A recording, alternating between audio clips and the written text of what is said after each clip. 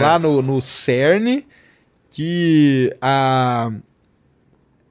Porque a antigravidade, só para deixar pro pessoal entender, eu que sou leitor de ficção científica, era uma das coisas que o Asimov e outros autores usavam, que seria o grande propulsor de Claro. foguete, né? Você usava a gravidade e a antigravidade para ir para um lugar e para o outro. E aí? O que o pessoal falava era o seguinte. Vamos lá. Quando criou o universo, criou a matéria e, pelas leis da física e da mecânica quântica e tal, criou a antimatéria junto. Eu tenho uma dificuldade de entender antimatéria. Então a antimatéria é a mesma massa, só que carga oposta. É só isso. Dá pra Foi pegar criado. a antimatéria? Não dá, né? Não dá, mas Não. ela é... Ela não dá pra coexiste. pegar. Não dá pra pegar por quê? Porque a gente não encontra a antimatéria. E esse é o Não? grande Ah, problema. tá. Entendeu? Criou o universo, teoricamente criou a mesma quantidade de matéria e antimatéria. Mas não pode ter acontecido isso. Por quê? Porque se a matéria encontra com a antimatéria, ela se aniquila. Exato. Então, se tivesse criado a mesma quantidade, a gente não estaria aqui. Certo? O universo teria se aniquilado. Tá. Só que a gente está aqui. Então, como que a gente explica essa falta de simetria que a gente chama? Mas peraí, existe antimatéria ou não existe? Vamos chegar lá. Tá. Vamos chegar lá. Quem que propôs isso? É antiga essa É ideia? antigo, é Tá. bem antigo. Então criou lá a matéria e antimatéria, era para ter se aniquilado, mas não se aniquilou porque a gente está aqui, Certo. entendeu? Só que na teoria aparece a antimatéria. Como Nos que a gente cálculos. explica isso? Como que a gente explica ter só matéria e a gente não conseguir encontrar a antimatéria? Porque era para estar cheio de antimatéria aí. Bem, existem várias explicações. Uma delas é que a gente vive num bolsão de matéria no universo. E pode ter um lugar aí em algum outro canto que é um bolsão de antimatéria. E aí a gente nunca vai encontrar aquela antimatéria. Então quem vive lá acha que o universo só tem antimatéria. Tá. A gente que vive aqui acha que o universo só tem matéria. Essa é uma explicação. Outra explicação é que aconteceu alguma coisa nesse momento aqui, que eles não ninguém sabe explicar, o pessoal estuda isso, que nesse momento aqui teve uma produção tipo matéria mais uma coisa. Uma partícula a mais. Tá. Quebrou a simetria. Tá.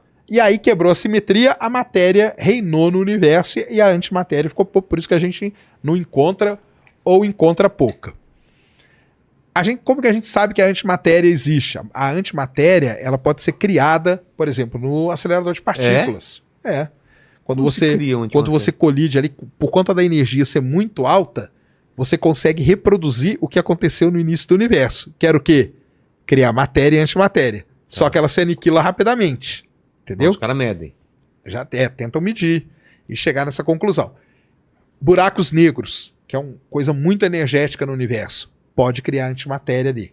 Existem telescópios espaciais, tem um muito famoso chamado Integral, que ele é ligado para detectar a antimatéria, entendeu? O problema é que quando então, vamos supor, um buraco negro lá jogou um jato daqueles relativistas, jato de energia que ele tem. Tá. Aquele jato vem cheio de antimatéria. Quando ele chega na Terra, por exemplo, ele encontra a matéria. O que acontece? Aniquila. Então a gente não detecta. Mas qual é o efeito desse aniquilamento? Não é nenhum. visível? Não é visível. Tá. Porque a propriedade é essa. Quando a matéria encontra a antimatéria, elas se aniquilam, se anulam. Então por isso que é difícil da gente detectar. Porque alguma coisa pode estar gerando antimatéria, mas encontrou a matéria. Pum, aniquilou. Entendeu?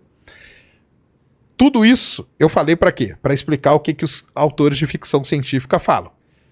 Teoricamente tem antimatéria. Então a antimatéria ela sofreria o efeito contrário da gravidade, que é a antigravidade.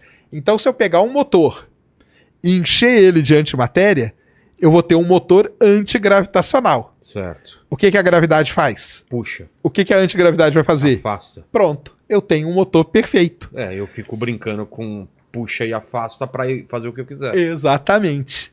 Então é isso que é o motor antigravitacional, Então, é baseado nisso. Mas é impossível ou... Muito bem. Einstein disse que é impossível. Então, o Einstein disse que isso não poderia acontecer. Por quê? Hã? Porque quebra alguma regra? Porque quebra a regra da relatividade e tudo mais, entendeu? Na relatividade a gravidade está sempre puxando e tal. Tá. Semana retrasada, lá no CERN, lá no LHC, o LHC tem vários experimentos, um deles... Fernando. Hã? Fernando. LHC. Aqui tu fica desesperado. Lá no LHC tem vários experimentos. Um deles chama-se Atlas. É o nome de um experimento. O que os caras fizeram? Criaram uma garrafa. O experimento é o seguinte: eles construíram uma garrafa que é um ímã super poderoso. Tá. E ali eles conseguiram colocar ali partículazinhas, um pouco de partícula de antimatéria, que eles geram lá no CERN, lá no LHC. O que acontece? Se ela se comportasse do jeito que ela tem que comportar, na hora que eu desligasse os ímãs, ela teria que subir. Só que na hora que desligaram o ímã, ela caiu. Ela foi atraída pela gravidade. Então não tem antigravidade. Não tem antigravidade, entendeu? Então foi um experimento muito legal. Quer dizer, eu até brinquei, o título do meu vídeo é isso, Einstein certo mais uma vez, entendeu? Que filho da mãe esse cara. Filho da mãe, cara. Filho da mãe. E tudo é comprovado. Tudo. E eles... mas eles fizeram o experimento, repetiram o experimento dezenas de vezes e todas as vezes que eles repetiram acontecia exatamente a mesma coisa. Na hora que eles desligavam o campo magnético, que é o que segurava as partículas, elas caíam. Que fantástico. Então, tá obedecendo a relatividade. Então, com isso, não tem mais motor antigravitacional. Só ficando triste. Tristeza pros da ficção científica. Eu vi outro vídeo seu falando sobre o telescópio